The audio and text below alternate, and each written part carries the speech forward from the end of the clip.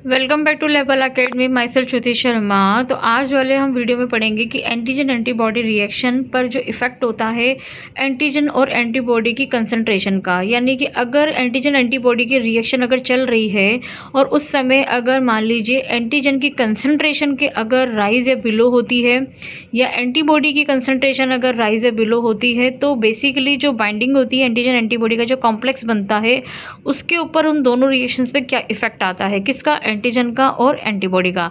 तो basically antigen antibody reaction में तो प्रेसिपिटेशन, एग्लूटिनेशन, कॉम्प्लीमेंट फिक्सेशन, मतलब बहुत सारे ऐसे टाइप्स हैं, जैसे एलाइजा है, रिया है ना, तो इम्यूनोफ्लोरेसेंस है। ये तो टाइप हो गए एंटीजन एंटीबॉडी रिएक्शंस के। बट हम यहाँ इसकी बात नहीं कर रहे हैं। हम किसकी बात कर रहे हैं? हम बेसिकली बात कर रहे हैं आज की एंटीजन एंटीबॉडी की रिएक्शंस पर अगर इनकी कंसंट्रेशन हाई या लो हो जाती है, एंटीजन की खुद की और एंटीबॉडी की, तो एंटीजन एंटीबॉडी की बाउंड में क्या इफेक्ट आता है। तो बेसिकली आज हमको यही इसमें डिस्कस करना है। तो यहाँ देखिए कि एंटीजन एंटीबॉडी रिएक्शन, तो यहाँ पे एक आपका इम्यून सिस्टम है जो कि क्या कर रहा है, कोई एंटीजन फॉरेन सब्सटेंस आपकी बॉडी के अंदर एंटर कर रहा है। एंटर करने के बाद इसमें क्या करेगा, ये इम्यून सिस्टम को स्टिमुलेट करेगा, यानी कि इसको क्या करेगा, ट्रिगर करेगा। ट्रिगर करने के बाद जब एंटीजन आपकी बॉडी के अंदर एंटर करेगा तो इम्यून सिस्टम एकदम से ट्रिगर होकर क्या करेगा, एक स्पेसिफिकली एंटीबॉडी को बनाएगा। तो जो स्पेसिफिकली एंटीबॉडी को बनाएगा तो फिर वो क्या करेगा, प्रोड्यूस करेगा इम्यून सिस्टम को। अब जो ये इम्यून सिस्टम जिसने प्रोड्यूस किया है, देन उसके बाद क्या होगा कि concentration effect the dynamic and outcome of antigen this reaction. तो जो एंटीजन एंटीबॉडी की रिएक्शन होने वाली है, जो इम्यून सिस्टम ट्रिगर हुआ है, जिसने एंटीबॉडी को बनाने के लिए उत्प्रेरित किया है, तो अब बात चल रही है यहाँ पे उसकी कंसंट्रेशन की। यहाँ पर हम बात करेंगे पहले एंटीजन कंसंट्रेशन की, देन हम बात करेंगे एंटीबॉडी के कंसंट्रेशन की। हम दोनों को अलग अलग सेपरेट तरीके से समझेंगे कि अगर कंसंट्रेशन ऑफ एंटीजन अगर ज़्यादा हो जाता है उस रिएक्शंस के अंदर, उस पूरी रिएक्शन जो चल रही है उसमें, तो एंटीजन एंटीबॉडी का जो कॉम्प्लेक्स बनता है उस पर क्या इफेक्ट आता है, डायनेमिक, और एंटीबॉडी की कंसंट्रेशन बढ़ जाती है तो उस पर क्या इफेक्ट आता है। तो बेसिकली देखिए हम सबसे पहले यहाँ पे पढ़ रहे हैं कंसंट्रेशन ऑफ एंटीजन। तो कंसंट्रेशन ऑफ एंटीजन में हम देखते हैं, यहाँ पे हमने सबसे पहले यहाँ पे जो मेंशन किया है वो किया है बाइंडिंग एफिनिटी। तो देखिए बाइंडिंग एफिनिटी का क्या मतलब होता है। बाइंडिंग एफिनिटी का मतलब ये होता है कि जो एंटीजन एंटीबॉडी की जो रिएक्शन है, अगर यहाँ पर जो कंसंट्रेशन ऑफ एंटीजन अगर यहाँ पे प्रेजेंट है या ज़्यादा है या बिलो है, तो देखिए क्या इफेक्ट आता है। तो इन्फ्लुएंस बाइंडिंग एफिनिटी, यानी कि बिटवीन एंटीजन एंटीबॉडी रिएक्शन, अगर इसकी कंसंट्रेशन, देखिए तीर ऊपर जा रहा है, यानी कि ये कहाँ जा रहा है, हाई जा रहा है। अगर ये हाई कंसंट्रेशन हो जाती है तो हाई बाइंडिंग होती है, यानी कि अगर कंसंट्रेशन उस जो रिएक्शन चल रही है उस सॉल्यूशन के अंदर अगर एंटीजन की मात्रा ज़्यादा है, अवेलेबिलिटी ज़्यादा है, तो ज़्यादा से ज़्यादा एंटीबॉडी उस एंटीजन से बाइंड करने की कोशिश करेंगे। तो क्या हो जाएगी, बाइंडिंग एफिनिटी क्या हो जाएगी, हाई हो जाएगी। अगर इसको मैं बोलूँ कि अगर इसकी लो हो जाए कंसंट्रेशन, अगर इसकी कंसंट्रेशन लो हो जाए तो बाइंडिंग एफिनिटी इसमें लो हो जाएगी। और यहाँ पे जो मैंने लिखा हुआ है कि सैचुरेशन, तो already antibody bound of antigen concentration high, क्योंकि कंसंट्रेशन किसकी हाई थी, एंटीजन की हाई थी ना, तो जितनी भी एंटीबॉडी सॉल्यूशन के अंदर प्रेजेंट थी ऑलरेडी ही सारी जाके बाइंड होनी ही होनी है। यहाँ पे ये चॉइस नहीं है कि एंटीबॉडी बनेगी कि नहीं बनेगी। क्यों? क्योंकि एंटीजन वहाँ पे ऑलरेडी ज़्यादा मात्रा में है, तो जितनी भी एंटीबॉडी होंगी वो सब जाके वहाँ पे बाउंड हो जाएगी और एक सैचुरेशन लेवल ये आ जाएगा कि जब आगे बाइंडिंग की प्रक्रिया आगे चालू नहीं रहेगी, वो बंद हो जाएगी। क्योंकि कोई भी चीज़ एक लेवल तक ही, टारगेट पॉइंट तक ही वो क्रिया होती है। उस क्रिया के बाद जब सैचुरेशन पॉइंट हो जाता है तो वो आगे रिएक्शन नहीं बढ़ती है। आगे देखते हैं एंटीबॉडी एंटीजन कॉम्प्लेक्स फॉर्मेशन। पहला था एफिनिटी बाइंडिंग, अब देख रहे हैं कि एंटीजन एंटीबॉडी कॉम्प्लेक्स फॉर्मेशन। तो antigen antibody complex formation depend on antigen concentration.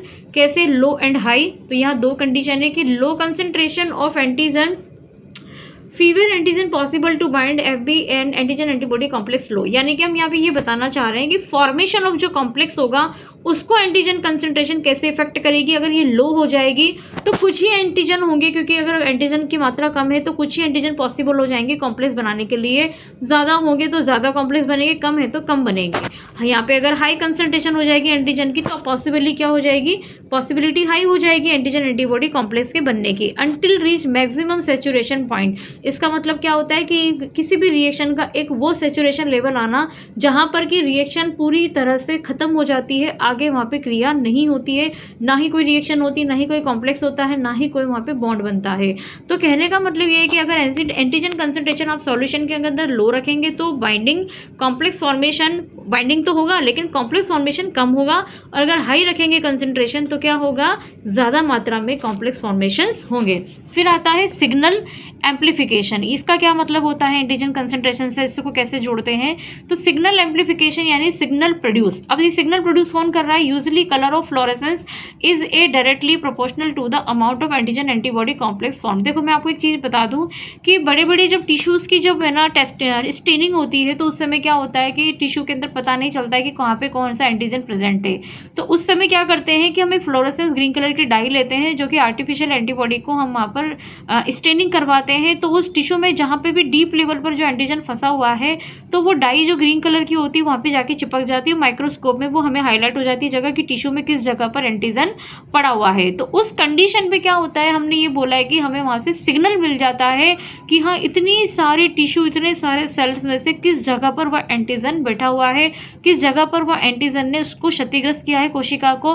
कैसे पता चला? जब हमने एक फ्लोरेसेंस डाई एंटीबॉडी को वहाँ पर कनेक्ट किया, उससे फॉर्मेशन बनाया, उससे कॉम्प्लेक्स बनाया और वो हमें ग्रीन कलर का माइक्रोस्कोप के अंदर दिख जाता है कि हाँ इस जगह पर ये एंटीजन प्रेजेंट है। अगर हाई कंसंट्रेशन होगी, ज़्यादा मात्रा में वहाँ पे ये सब रिएक्शन होगी टिश्यू के अंदर, एंटीजन की कंसंट्रेशन ज़्यादा होगी तो अच्छे से एंटीबॉडी बाइंड कर पाएगी। कम होगी तो फिर सिग्नल नहीं मिल पाएगा ना, तो स्ट्रॉन्ग सिग्नल मिलेगा। और अगर एंटीजन वहाँ पर बिल्कुल बहुत लेस मात्रा में, बहुत कम है तो वहाँ पर बॉन्ड भी नहीं बनेगा और हमें सिग्नल भी नहीं मिलेगा और हमें फाइनली टिश्यू की स्टेनिंग में पता भी नहीं चलेगा कि कहाँ पर वो टिश्यू के अंदर वो जो एंटीजन है वो रखा हुआ है। Quantified use to determine amount of antigen present, यानी कभी कभी हम ये वाला जो सिग्नल वाला जो प्रोसेस है वो हम ये भी जानने की कोशिश करते हैं कि उस टिश्यू में या कहीं पे भी बॉडी के अंदर वो जो एंटीजन है वो कितनी मात्रा में प्रेजेंट है, कम है, ज़्यादा है, लोअर है। जैसे बड़े बड़ी डिजीज़ होती है, हेपेटाइटिस, HIV, इन सब में ये सब प्रक्रिया की जाती है कि आखिर ये एंटीजन बॉडी के अंदर कितना फैला हुआ है, किस जगह तक फैला हुआ है। तो उस जगह पर ये सिग्नल एम्प्लीफिकेशन का यूज़ एंटीजन की कंसंट्रेशन पर डिपेंड होता है। सेंसिटिविटी एंड स्पेसिफिसिटी, देखिए पॉइंट आपको अच्छे से समझना है कि इसका क्या मतलब होता है। तो concentration of the antigen can impact sensitivity of specificity, दोनों पॉइंट अलग अलग है, दोनों वर्ड अलग है, दोनों की टर्मिनोलॉजी अलग है। तो देखिए सेंसिटिविटी क्या होती है कि ability of the assay to detect the concentration of the target antigen.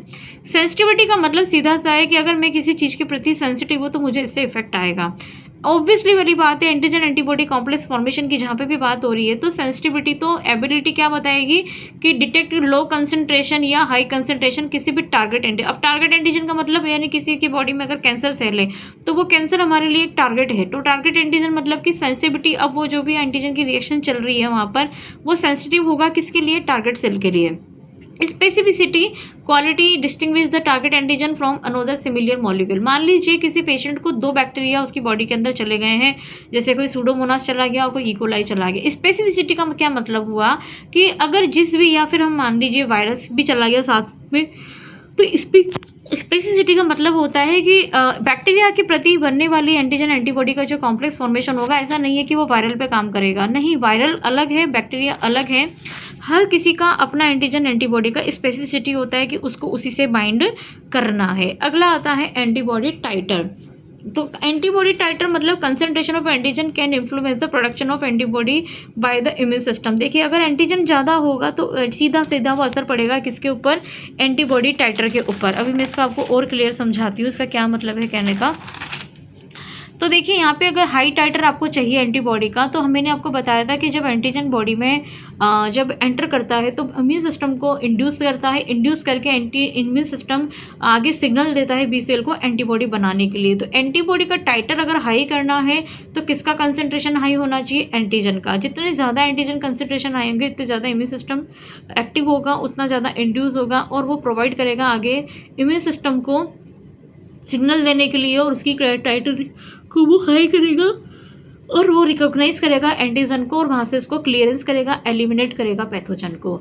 तो ये हो गया आपका एंटीजन कंसंट्रेशन। आई होप आपको ये कंसंट्रेशन पार्ट आपको समझ में आया होगा। फिर आता है एंटीबॉडी कंसंट्रेशन। जैसे हमने पढ़ा ना एंटीजन का, सेम वैसा ही होता है एंटीबॉडी कंसंट्रेशन। तो the antigen antibody reaction are specific binding interreaction between on antigen antibody. This reaction occur due to the complementary shape and chemical properties with antigenic epitope specific region of the antigen and the binding site of antibody। अब ये हमें मालूम है कि जो antigen होता है उसके ऊपर प्रेजेंट होते हैं एपिटोप और एंटीबॉडी पे प्रेजेंट होते हैं पैराटोप। तो ये पैराटोप एंटीबॉडी पे प्रेजेंट है, एपिटोप एंटीजन पे प्रेजेंट है, दोनों ही आपस में एक दूसरे से जुड़ के और यहाँ पे कॉम्प्लेक्स फॉर्मेशन का निर्माण करते हैं। तो एंटीबॉडी के कंसंट्रेशन को कैसे समझते हैं कि the concentration of antibody refers to the amount और quantity of antibody present in the given sample।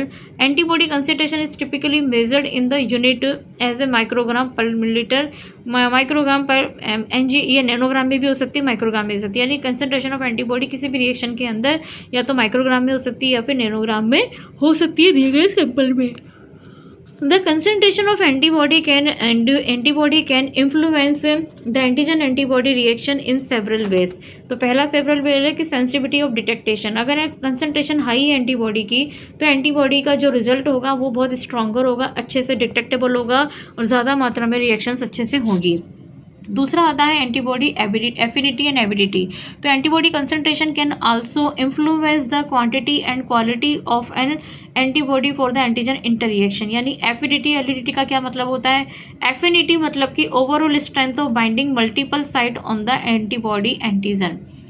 Ability, ये एबिलिटी है और एफिनिटी होती है कि binding strength of signal antibody molecule antigen anti reaction. यानी कि देखिए बाइंडिंग कितनी है, एक एंटीबॉडी पे 2 है, यहाँ पर 2 एंटीबॉडी की बाइंडिंग साइड दिख रही है, तो यानी यहाँ पे 2 एंटीजन एक साथ बाइंड हो सकता है। तो ये क्या हो गई, इसकी एफिनिटी हो गई। पर मैं एविडिटी में क्या बताना चाह रही हूँ कि एविडिटी में ये बताना चाह रही हूँ कि यहाँ पर इसका एफसी पोर्शन भी एफबी पोर्शन भी है। तो हम ओवरऑल एंटीबॉडी की स्ट्रेंथ की बात करें तो उसके पास मल्टीपल साइट है, क्योंकि ये जब कॉम्प्लेक्स बन जाता है तो आगे जाके कॉम्प्लीमेंट को एक्टिवेट करता है और कॉम्प्लीमेंट इसके क्या करता है, कॉम्प्लीमेंट इसके एफसी यानी कि इस वाले पोर्शन पर आकर यहाँ पे जुड़ जाता है। तो एंटीजन एंटीबॉडी फॉर्मेशन तो होता है, साथ में कॉम्प्लीमेंट भी यहाँ पर आके जुड़ जाता है। तो फिर इसकी जो एंटीबॉडी की तीनों साइड्स होती हैं 1, 2, 3 तीनों ब्लॉक हो जाती हैं, मतलब तीनों पे ये काम करता है। तो एविडिटी का मतलब हो गया मल्टीपल फॉर्म में और एफिनिटी का मतलब हो गया यानी कि उसकी जो बाइंडिंग साइट है पर्टिकुलर उसकी हम बात कर रहे हैं। अब होता है टाइट्रेशन एंड ऑप्टिमल कंसंट्रेशन। यानी antibody titration experiment are always depend on antibody concentration to determine the optimum concentration of antibody needed for particular assay. यानी कि यहाँ पे बताना चाह रहा है कि जो एंटीबॉडी टाइट्रेशन होती है उसका जो एक्सपेरिमेंट होता है वो हमेशा एंटीबॉडी के कंसंट्रेशन पर ही डिपेंड करता है। वो ये डिपेंड करता है कि उसका ऑप्टिमम कंसंट्रेशन जो है वो कितना नीड है पर्टिकुलर किसी भी एसे को चलाने के लिए। अगर लो टाइटर यानी कि अगर एंटीबॉडी आप उसमें कम रख रहे हो तो एंटीबॉडी कंसंट्रेशन हमें तो लो सिग्नल मिलेगा।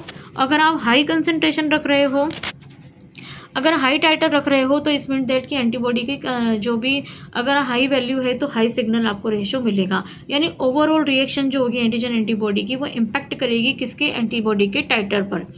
फिर आगे आता है specificity sensitivity character depend on concentration of antibody of reaction. जिससे सेम हमने एंटीजन में पढ़ा था, सेम यहाँ पर वही चीज़ है कि स्पेसिफिसिटी और सेंसिटिविटी भी एंटीबॉडी के सिग्नल पे रिएक्शंस पे उसके ऊपर क्या सीधा प्रोपोर्शनल इफेक्ट करती है। तो ये हो गया आपका एंटीजन का कंसंट्रेशन। फिर आता है सैचुरेशन और एक्सेस। ये भी वर्ड मैंने आपको एंटीजन की में बताया था। It means that antibody concentration reach a point of saturation where it can not bind to antigen further।